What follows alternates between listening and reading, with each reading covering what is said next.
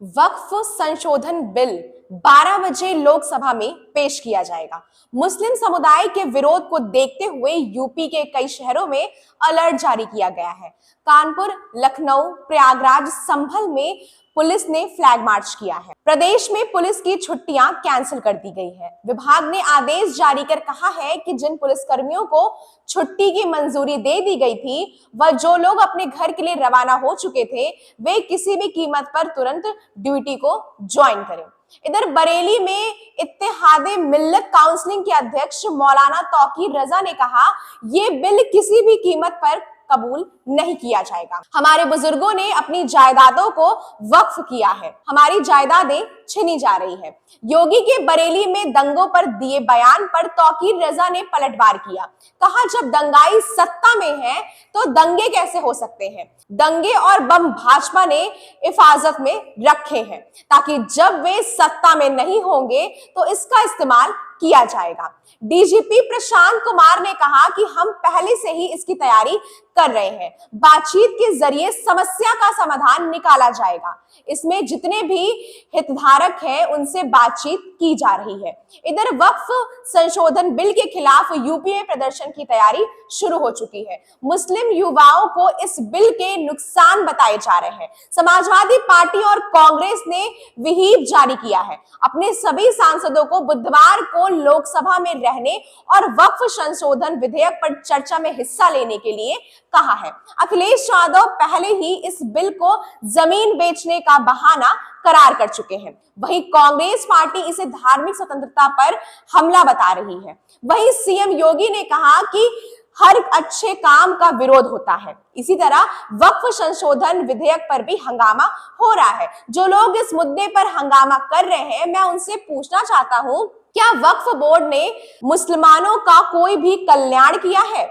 अब आइए समझते हैं कि आखिर क्या है वक्फ कानून, जिसको लेकर मचा है इतना हंगामा। केंद्र सरकार की ओर से प्रस्तावित वक्फ अधिनियम 1985 संशोधन विधेयक बीते कुछ महीनों से लगातार चर्चा में रहा है। इस विधेयक पर संयुक्त संसदीय समिति की चर्चा और सुझावों के बाद अब इसे संसद में पेश किए जाने की तैयारी की जा रही है।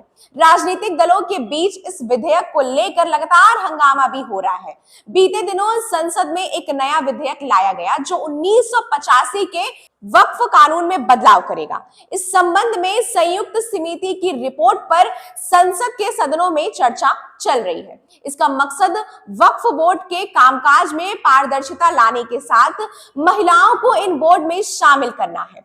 सरकार के अनुसार मुस्लिम समुदाय के भीतर से उठ रही मांगों को देखते हुए यह कदम उठाया जा रहा है।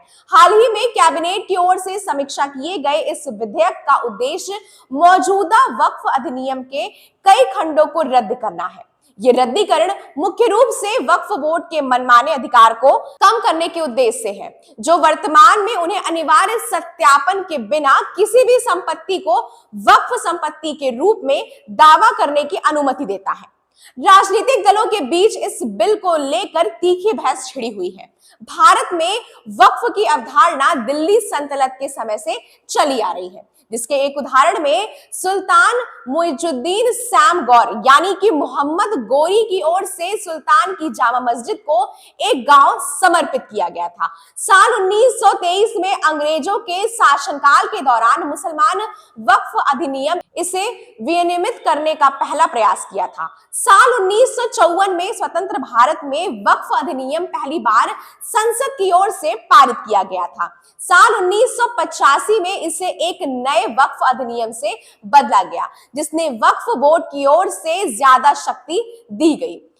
शक्ति में इस इजाफे के साथ अतिक्रमण और वक्फ संपत्तियों के अवैध पट्टे और बिक्री की शिकायत भी बढ़ गई। साल 2013 में अधिनियम में संशोधन किया गया, जिससे वक्फ बोर्डों को मुसलमान दान के नाम पर संपत्तियों का दावा करने के लिए असीमित अधिकार प्राप्त किए गए। संशोधन ने वक्फ संपत्तियों की बिक्री को असंभव बना दिया। वक्फ इस्लामी कानून के तहत धार्मिक उद्देश्यों के लिए विशेष रूप से समर्पित संपत्तियों को संभालने का काम करता है। एक बार वक्फ के रूप में नामित होने के बाद संपत्ति दान करने वाले व्यक्ति से अल्लाह को ट्रांसफर हो जाती है और यह अपरिवर्तित होती रहती है। इन संपत्तियों का प्रबंधन वक्फ या सक्षम प्राधिकारी की ओर से नियुक्त मुतवल्ली द्वारा किया जाता है। रेलवे और रक्षा विभाग के बाद वक्फ बोर्ड कथित तौर पर भारत में सबसे बड़ा भूमि धारक है। वक्फ बोर्ड भारत भर में 9 लाख एकड़ में फैली है, 8 लाख संपत्तियों को नियंत्रित करते हैं, जिनकी अनुमानित कीमत 1 लाख करोड़ रुपए है। उत्तर प्रदेश और बिहार में 2 सिया वक्फ बोर्ड सहित 32 वक्फ बोर्ड हैं। राज्य वक्फ बोर्ड का नियंत्रण लगभग 200 व्यक्तियों के हाथों में है। यह बिल मौजूदा वक्फ कानून में लगभग 40 बदलाव का प्रस्ताव रखता है।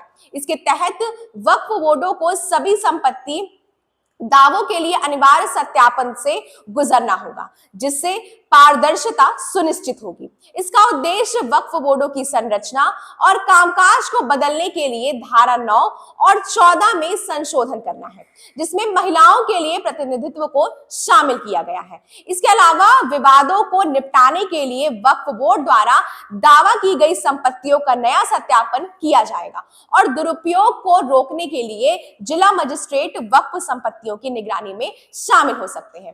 द इकोनॉमिक टाइम्स के अनुसार यह कानून वक्फ बोर्डों की मनमानी शक्तियों को लेकर व्यापक चिंताओं के कारण लाया गया है। उदाहरण के लिए सितंबर 2022 में तमिलनाडु वक्फ बोर्ड ने मुख्य रूप से हिंदू बहुल तिरुचेदई गांव पर अपना दावा जताया था। अल्पसंख्यक मामलों के मंत्री किरण रिजिजू द्वारा वक्फ बोर्ड संशोधन विधेयक बिल को आज पेश किया जाएगा।